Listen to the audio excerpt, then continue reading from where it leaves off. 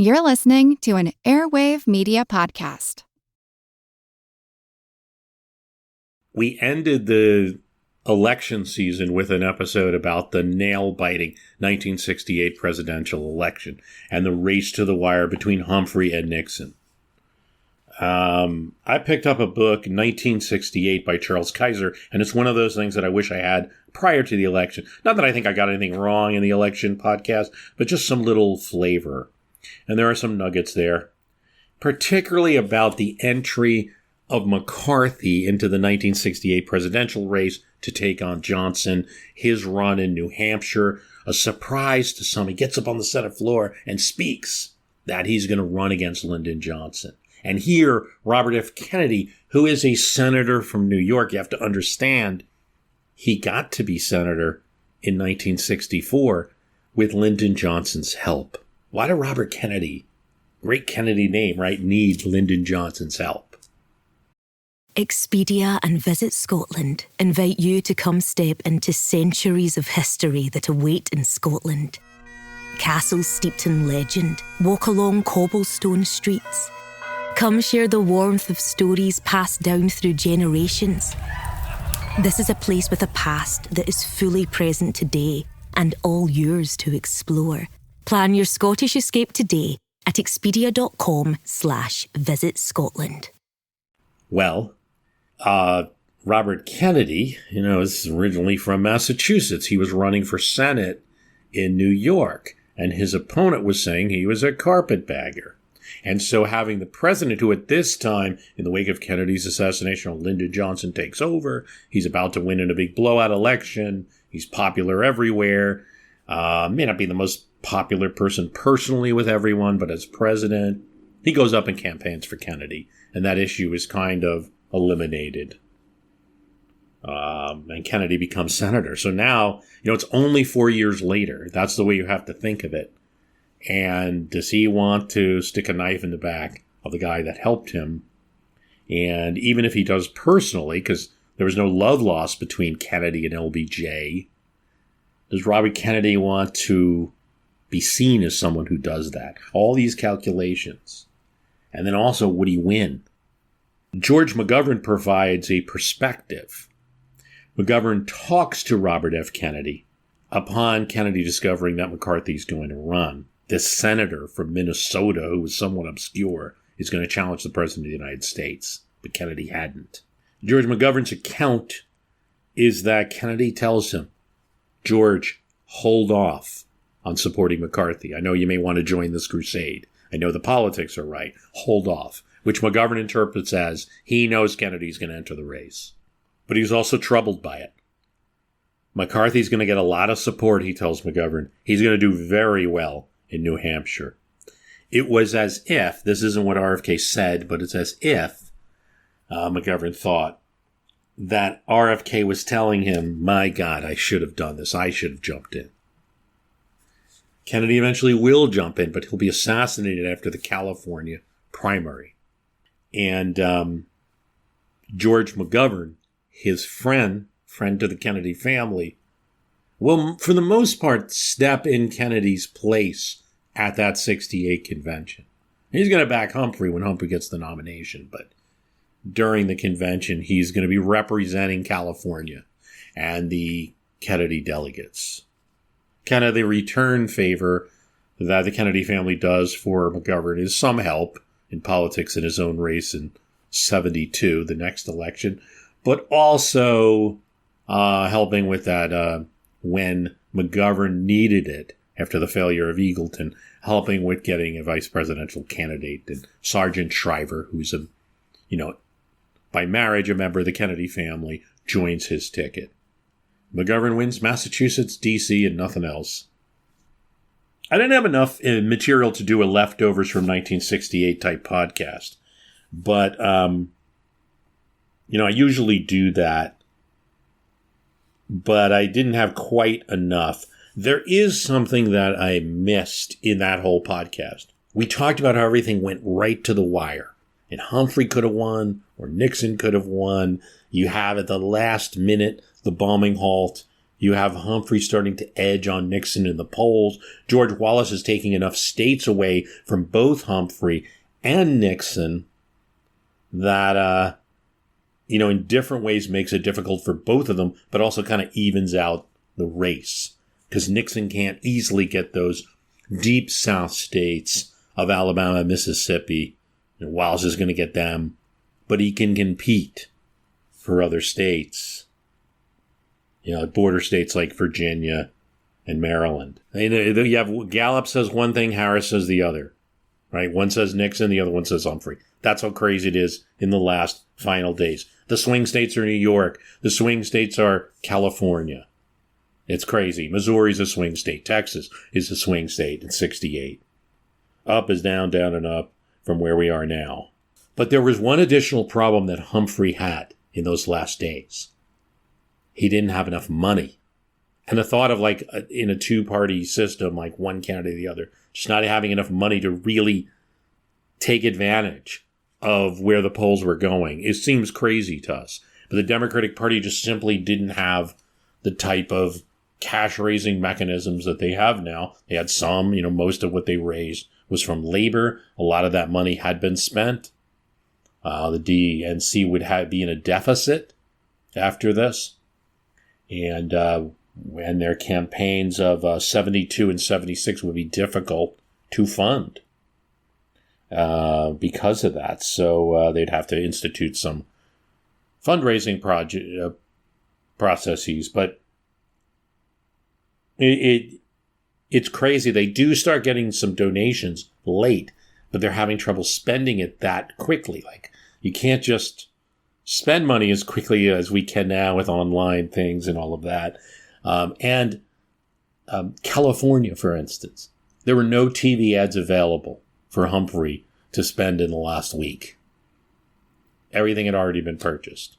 So he got extra money but couldn't use it.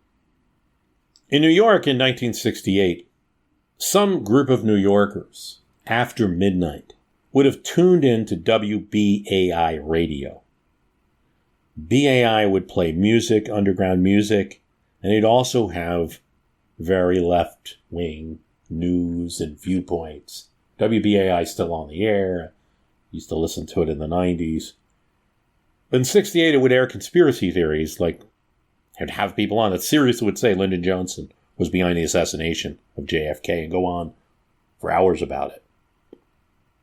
As Charles Kaiser says in his book, 1968, it tested the FCC's patience. Most importantly, a WBAI would have a daily accounting of war news. Daily diary, just listing what happened in raw terms. As Kaiser said, absent the television pictures of running, shooting soldiers, a daily diary read into a microphone of war news gave the war a grim sheen that probably was more realistic than the television image.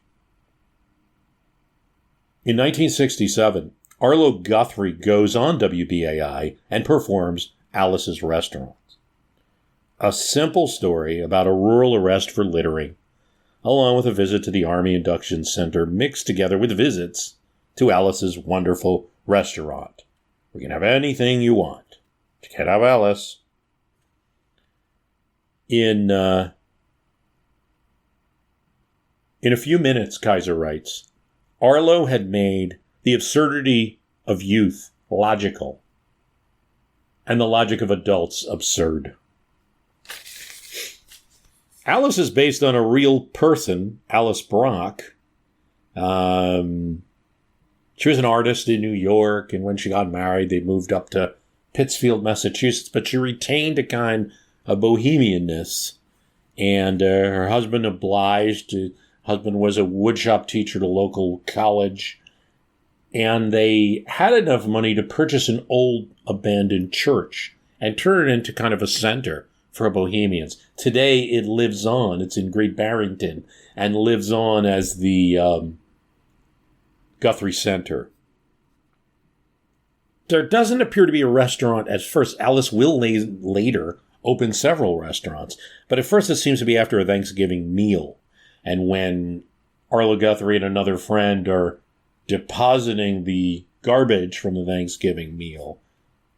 They're doing it at the wrong time. There's no dumping allowed in the town at that time. And they're arrested for their behavior. And that's where the story comes from.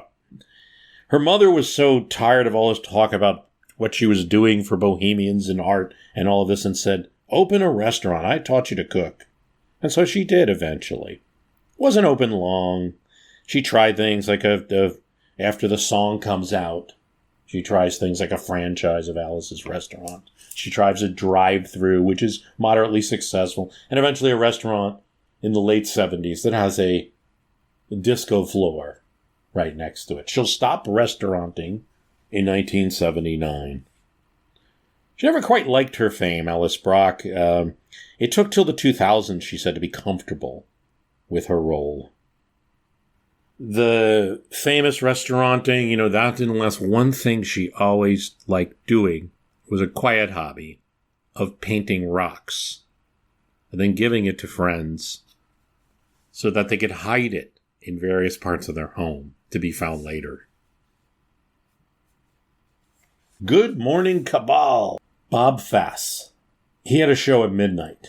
It was music mixed with long commentary. Politics, culture, whatever. And he figured, if I'm here doing this, there must be listeners out there listening. And he's right. And he goes, if we could turn them into a tribe. And when you think about today's events with social media, people being called to do things, sometimes bad. This was an example of an interesting experiment with a guy who's been called like the hippie before there were hippies to just do weird things like, hey, everybody listening to this now, we're going to go to JFK where there's late arriving planes and just welcome the people, just like they do in Hawaii. We're going to greet them and clap for them.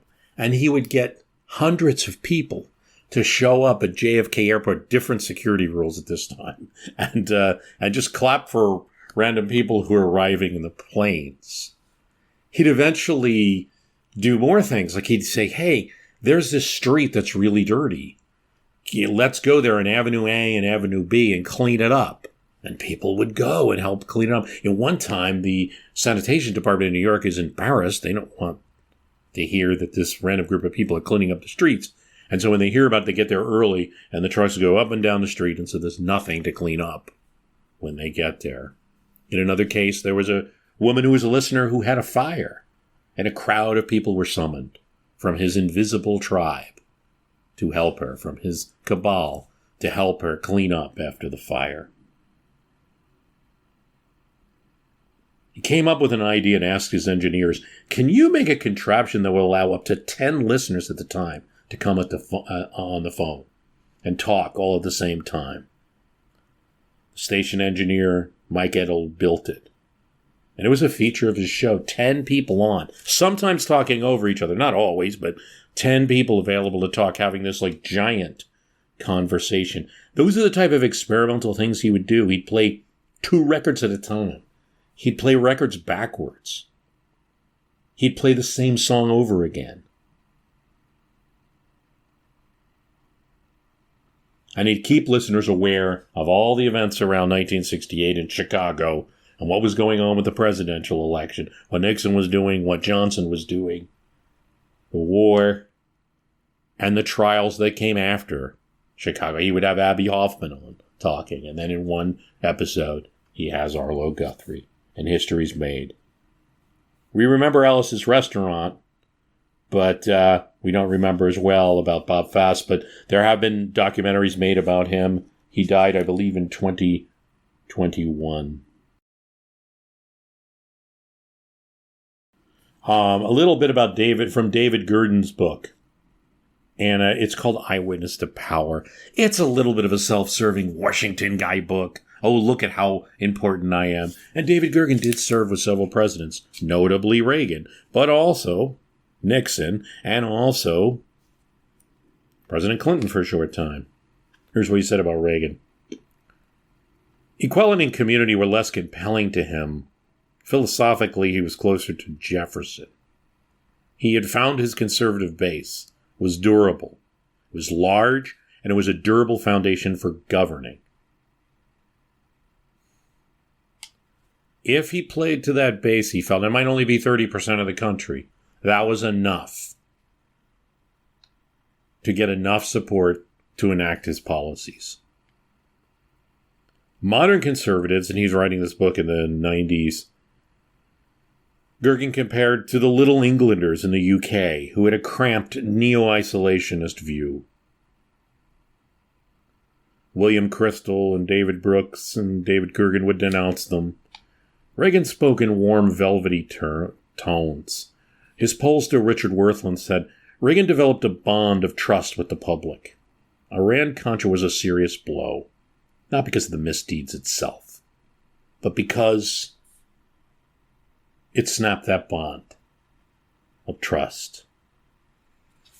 Another interesting comment, given the events that happened in this election where there was an assassination attempt on Trump, and Gergen's writing it's in the 90s, so, take that for what it is.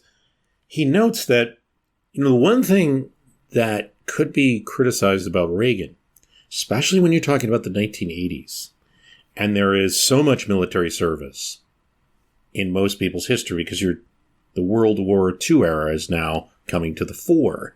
There's a lot of veteran service. Reagan made movies during the war, quite frankly. He did a service. He made movies that were important for U.S. morale and all of that, but he spent the war in Los Angeles. And so that was a thing for him, Gergen notes. But when there was an assassination attempt on him, Hinckley's bullet was a turning point in his leadership. He had had no military service. This gave him something that was a boost for him. And, hey, listen, again, I like to bring up things where the person writing it has no idea what's going to happen in the future. Did you know if your windows are bare, indoor temperatures can go up 20 degrees? Turn the temperature down with Blinds.com and get up to 50% off custom window treatments like solar roller shades and more during the Memorial Day mega sale. Whether you want to DIY it or have a pro handle everything, we've got you. Free samples, real design experts, and zero pressure. Just help when you need it. This is your last chance to shop up to 50% off site-wide during the Memorial Day mega sale at Blinds.com. Rules and restrictions apply.